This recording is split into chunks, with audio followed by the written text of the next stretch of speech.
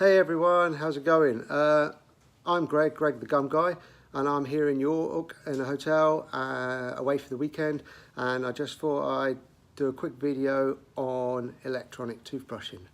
Okay, so we're going to talk about electronic toothbrushing technique today. To do this, I've got a couple of toothbrushes. I've got the Oral-B top end of the range Bluetooth one's the one where you can change all the colors and that on it here, and also I've got a few models down, the Oral-B Pro 2000. Okay, both really good brushes, both give a really good toothbrushing clean technique and clean. Also, just wanted to sort of talk, there's a couple of other main models of toothbrushing out there on the market. One's the Philips Sonicare, which is the sonic action, and one is the Colgate electronic toothbrush, which also has a sonic action. All the electronic toothbrushes will clean really well and will achieve good plaque control and look after your teeth, look after your gums, as long as you use them correctly. So with the Oral-B, it has the round rotary head action. It has a whole different range of different heads, and I just wanted to talk about ones which are good to use and ones which maybe not so good to use today. Okay, so for general cleaning and brushing with no problems in your mouth or anything like that, just for cleaning around, I would normally recommend either the normal round head which comes with the electric toothbrush, which is a medium firmness, and that will give a really good clean and protect your gums, protect your teeth, and not damage anything.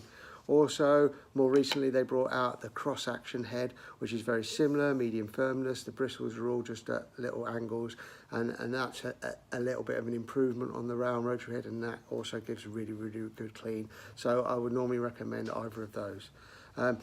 Sometimes patients will say to me, my gums are very sore, I've had a lot of recession, I'm really worried that the electric toothbrush might damage that, might make that worse.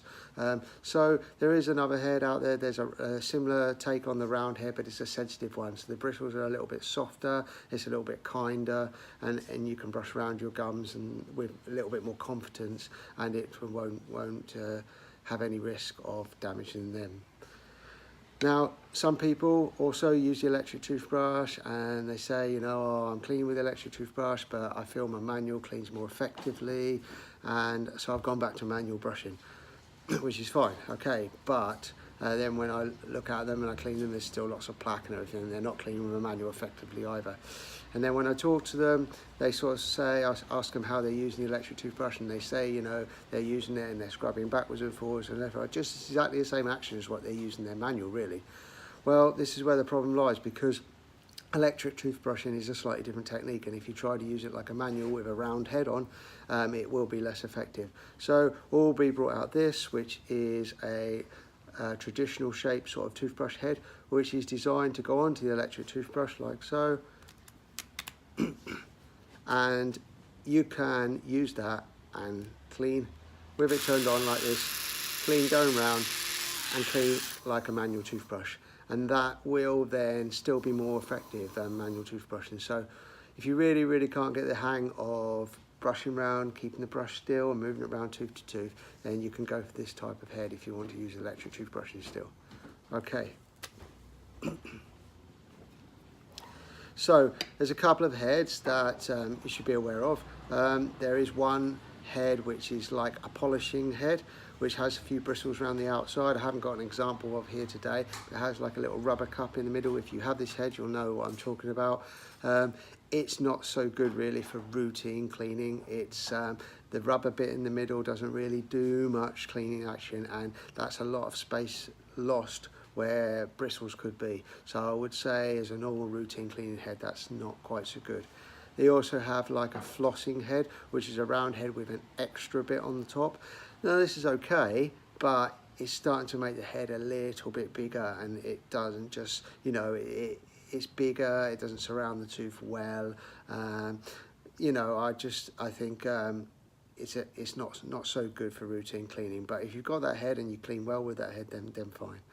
So we're going to talk about the toothbrushing technique now, and we're going to do some toothbrushing demonstration, okay?